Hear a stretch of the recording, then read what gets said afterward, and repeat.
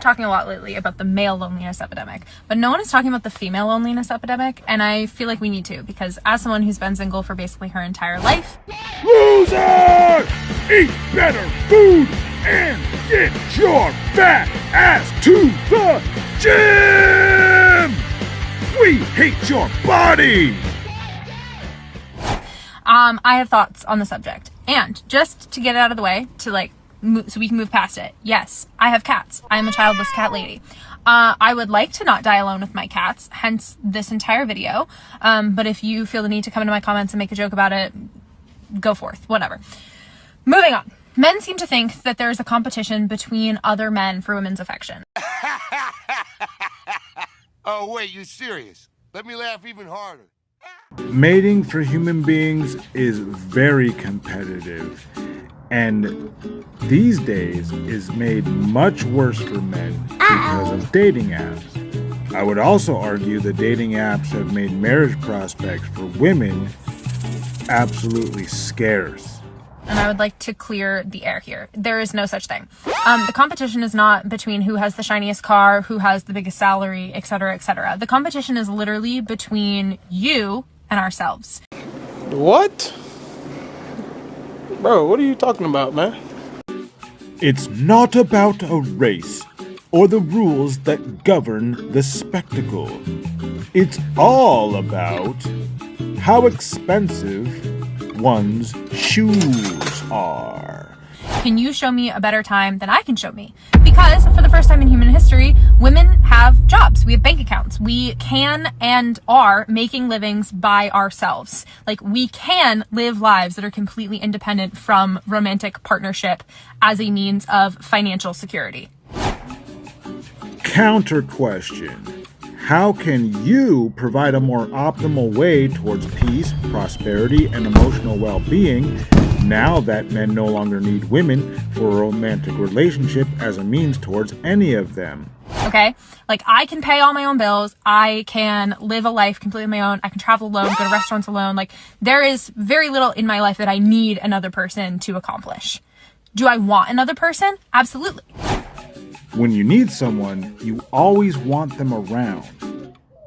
But when you want someone, your feelings might change on that, and that's the problem. Especially if a partner wants a long-term relationship. Are not staying single because they've suddenly stopped longing for romantic love and affection because we no longer want families or children. A lot of us want those things very, very deeply. A lot of us actually would rather have those things than be alone. But we don't want to have men in our lives that make them harder.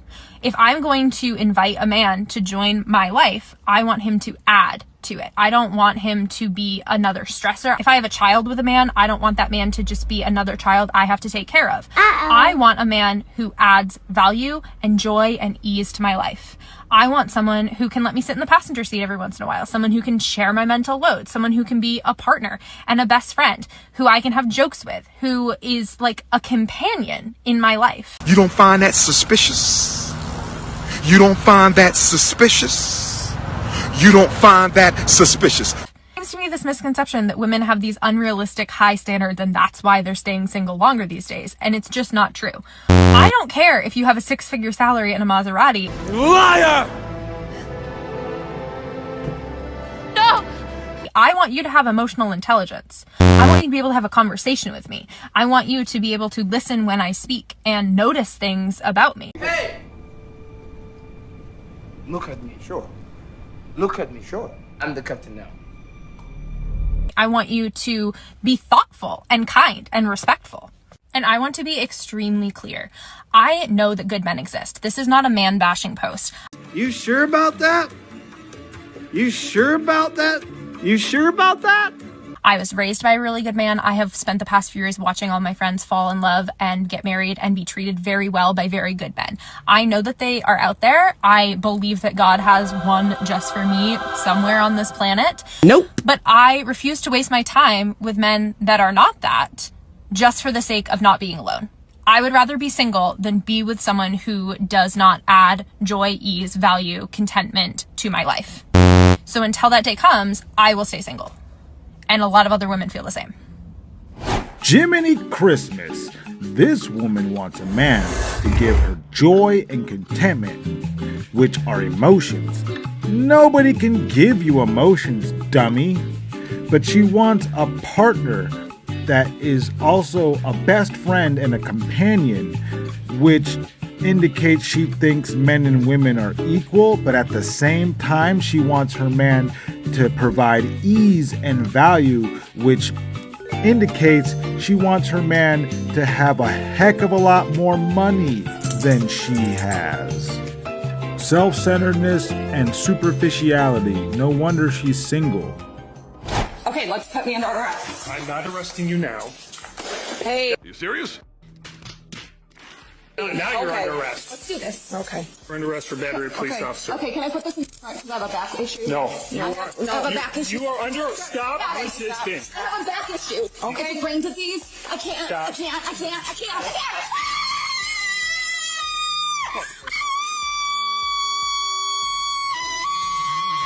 Okay. Relax. I have a back issue. Relax. Okay. I'm on muscle relaxers. I have Hold it, lidocaine. Can you close it? Let me go outside. Relax, Miss Boy. Back issue. Okay. You're not letting me. Just relax, and then we'll get it all taken care of. Okay. I don't want to be. You're not being. We're all recorded. Okay. Let's just move right here. Please stop. Please, I will do anything. I'll just go home. I'm sorry. I'm sorry. Please stop.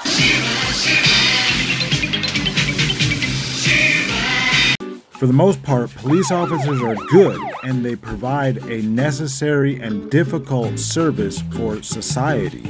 No complaint If you're though. not doing anything wrong, you will have your day in court. In the meantime, if a police officer is doing their job, just comply with their orders. I would rather live the single life, experiencing moments of intense loneliness and isolation, rather than being in a relationship where I'm compromised. I think they're so smart, but no man has ever really been able to explain to me why we can't just print more money. Like, it seems pretty easy to me. Alright, let's get a little help from Meta Jester on this one. Okay, so right here it says this note is legal tender for all debts, public and private. Now all of our money, all of our paper money anyway, says this. Thank you, Meta Jester. Now what that means is that all of our money, it's just promissory notes. It doesn't really mean anything unless it's backed up by something, like say the gold standard. See, our paper money used to represent real physical gold. Now the thing I don't know is what our paper money and our electronic money actually represents anymore, because it certainly isn't gold. Money is symbolic. You can't print a bunch of it because it won't mean anything. It could be the case that our money doesn't mean anything right now, but I doubt that Dr. Frankenstein here would accept any explanation.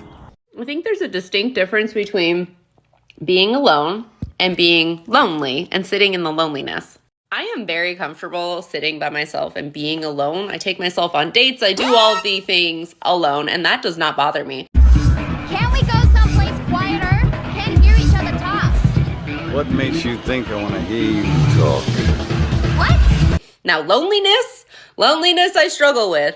When I don't have intimacy or connection with someone, I miss that. That is where the loneliness really sinks in for me, and I feel really isolated from connection with other humans, and I really desire having that in my life.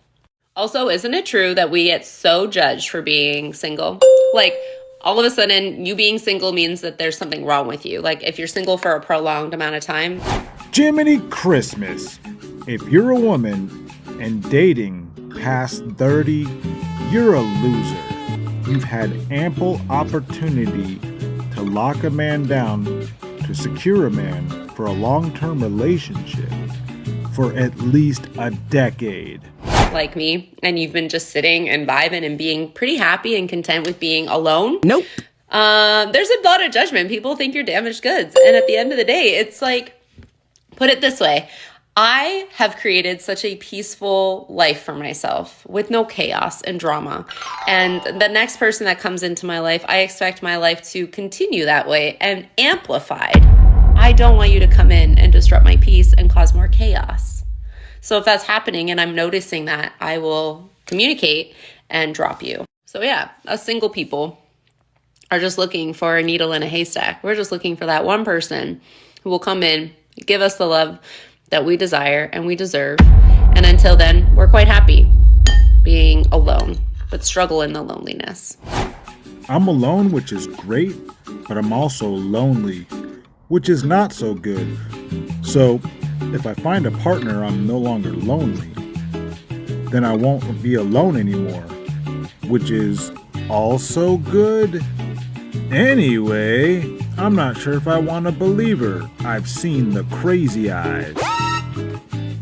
Is a woman. Don't think about it biologically or gender dysphorically. It's all about mathematics. We know that to be with a woman, you need time and money. So woman equals time is money. And as we all know, time is money. Time equals money. That means that a woman is equal to money times money, which is M squared. We also know that money is the root of all problems. So money equals the root of problems.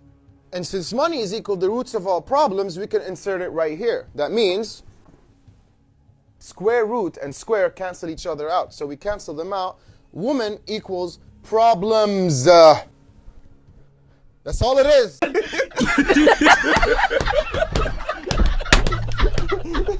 Shout the season, The great Britney Spears once said, "My loneliness is killing me." Because my loneliness is killing me, and I must confess, I still believe, when you're not with me, I lose my mind. Give me a sign, hit me baby one more time. It's a statement that finds resonance in modern scientific research. I'll tell you why. Research has found that loneliness is a mortality risk on par with smoking and obesity. It can increase your rate of cognitive decline and put you at risk for things like Alzheimer's disease or other forms of dementia. Loneliness can change the structure and function of your brain in ways that not only predispose you to things like depression and anxiety, but can also actually make it harder for you to socialize and make social connections. Now, an important point to make here is that your threshold for loneliness might be different to mine. One person might be able to spend 2 weeks by themselves before they feel lonely, whereas somebody else might feel lonely if they come home at the end of the day and there's nobody at home to greet them. There is a real distinction between solitude and loneliness. That being said, roughly 70 to 80% of people who are under the age of 40 report being lonely sometimes. So threshold or not, it seems like it's a problem for most of us. How do you solve a problem like loneliness? It's tricky. One study asked for subjective ratings from participants on different interventions to assuage loneliness. And one example, they found that social groups like book clubs, football clubs, whatever, was both the most and least rated intervention. What does that tell us? It tells us that we have varied and multiple social needs. And to assuage loneliness, step one is really figuring out the missing link in your social fabric and finding an intervention to meet that need. Come on, we're not talking about rocket science here. Human beings require socialization necessarily, as we are a social species. Friends, family, and when the time is appropriate, a romantic partner. These are the cure for loneliness. Let's not overcomplicate that which is quite simple, okay? My awareness of my singleness, my awareness of my loneliness in comparison, or aloneness in comparison to my other family members, was always heightened around the holidays. Feelings, nothing more than feelings. Was always heightened kind of the time period before and right after, because that is when everybody's prepping and planning and what are you going to do and what are you going to bring and who's going to come and what's that going to look like. And it always felt so heavy to know that if I did choose to go to places, I was going to be showing up by myself. And if I didn't choose to go to places, I would be aware that I didn't choose to go because sometimes it was hard to be alone. That you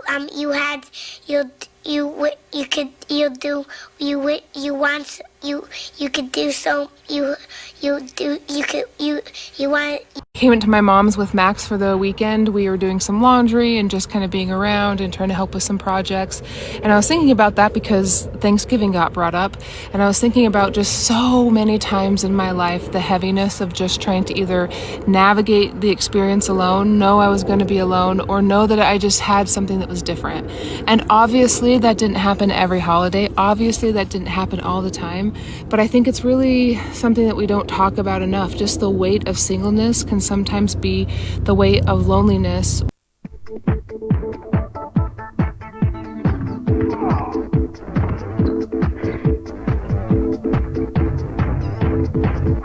Still going.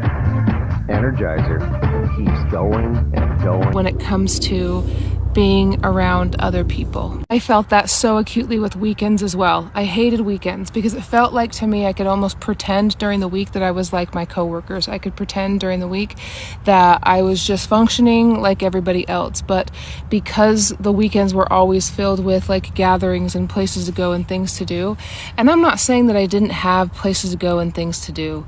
I just know that it felt more like a family-centered time than the weekdays. And I felt the otherness. I felt the difference. And that's why I hope that, like in talking about that I think I'm getting a bastardized, feminized version of the ontology of loneliness, which really just amounts to a bunch of yada, yada, yada, yada. I can help connect with people who still feel those things and who feel them too acutely, too deeply in the same way that I did, because I attached so much of like my worthiness as a person to those feelings. And I wish that I would have spent more time building parts of my life that I loved instead of waiting for... See, they're having a hobby. I needed to get more hobbies.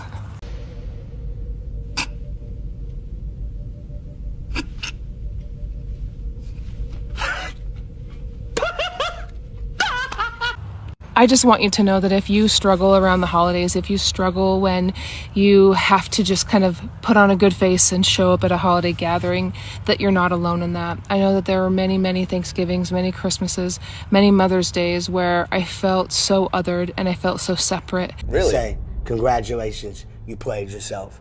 And it's been really interesting this last year to step into those feelings because I didn't realize how much of an imprint some of that left on me, because I still feel this like weirdness or this tenderness or this like heaviness when it comes to having those type of gatherings and having those type of moments with the ones that I love. And I wish that it wasn't so hard and so heavy for so many. So I just want you to know that as we go into this holiday season, my heart is with you, and I hope that you can find ways to make it less heavy, less lonely, and find quiet moments of goodness.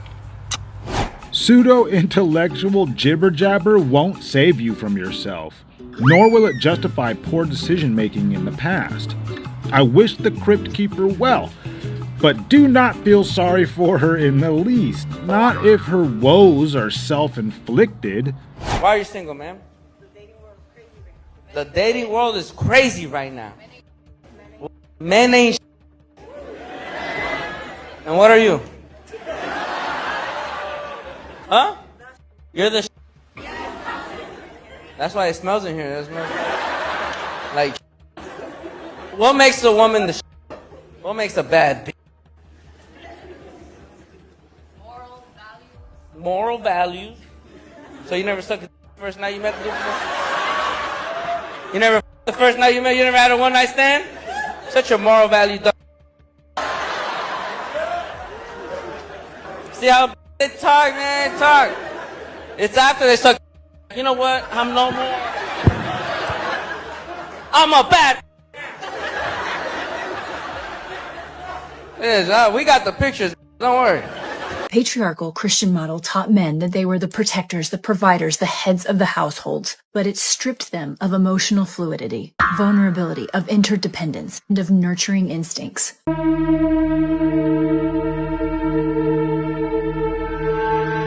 Were taught that their worth was in their strength and their ability to control. They were never taught to feel worthy in connection, joy, healing, empathy. I'm a crazy witch, stirring up my brew. What will you give me to put in my stew?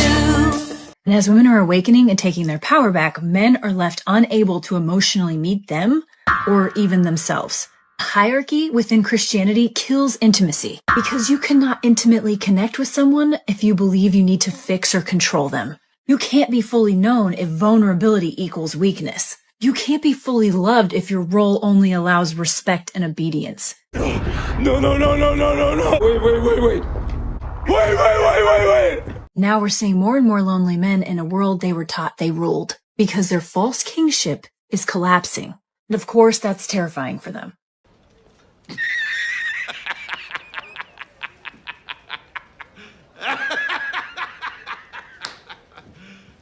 You serious?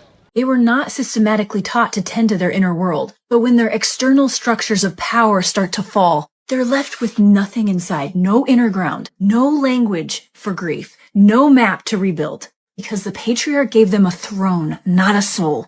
And the lonely male epidemic isn't a crisis, it's a summoning. They are being invited to true intimacy, vulnerable leadership, shared power, and emotional literacy. But they have to put their crown down first. Not to become less than, but to become whole.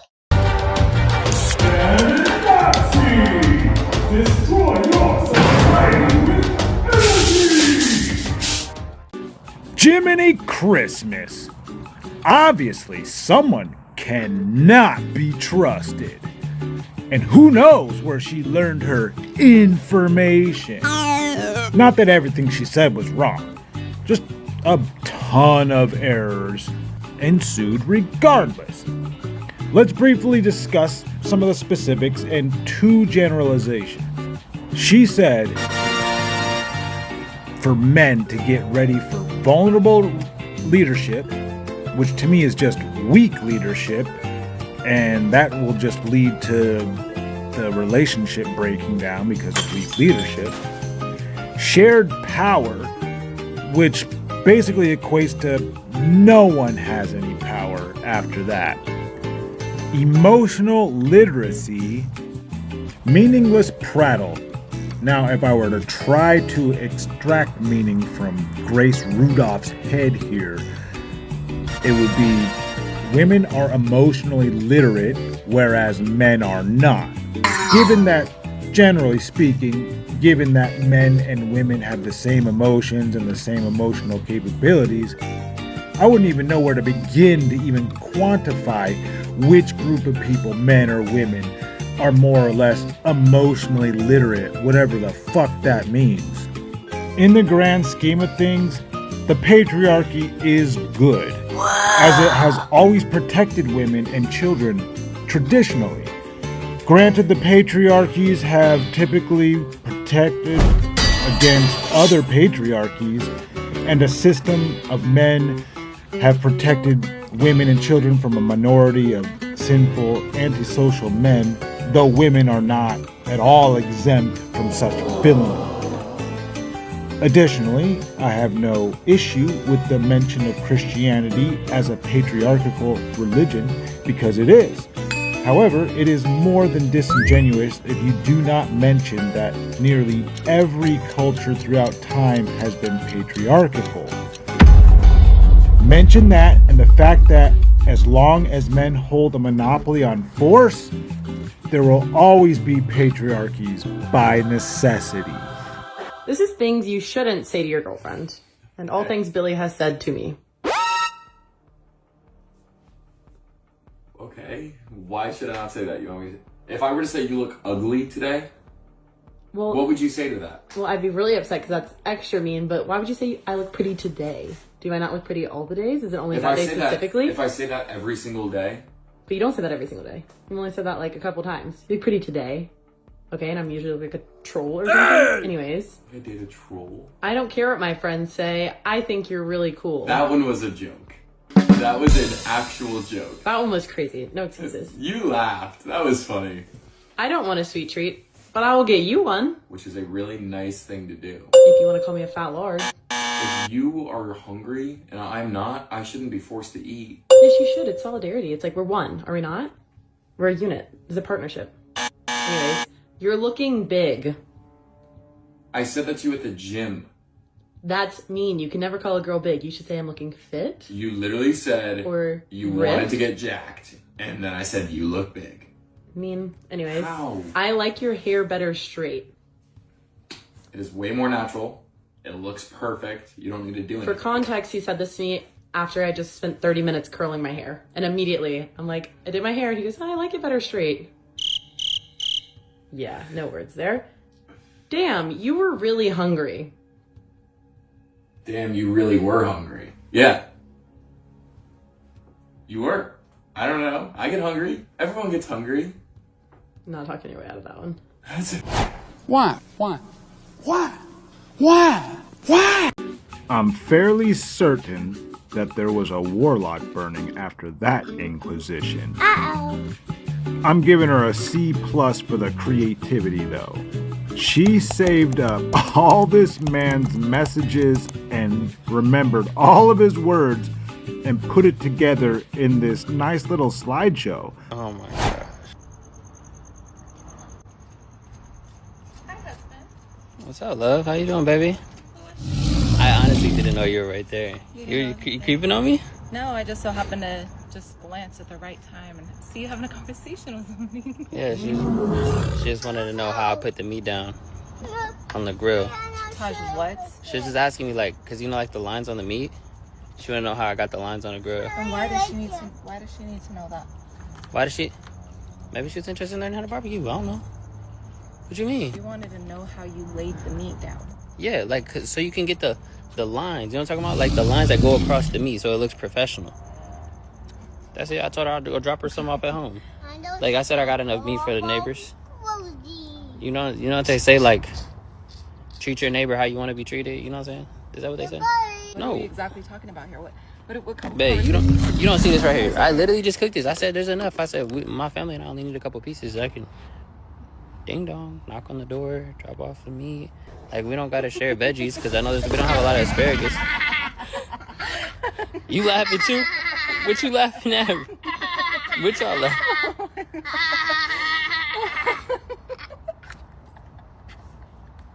Oh my god, it's so funny. You gotta know exactly who you are. Lord have mercy. We must stay focused, brothers. We must stay focused. There will be zero sharing of extra meat, and the rest is going to be placed in the freezer for a little while, if you know what I mean.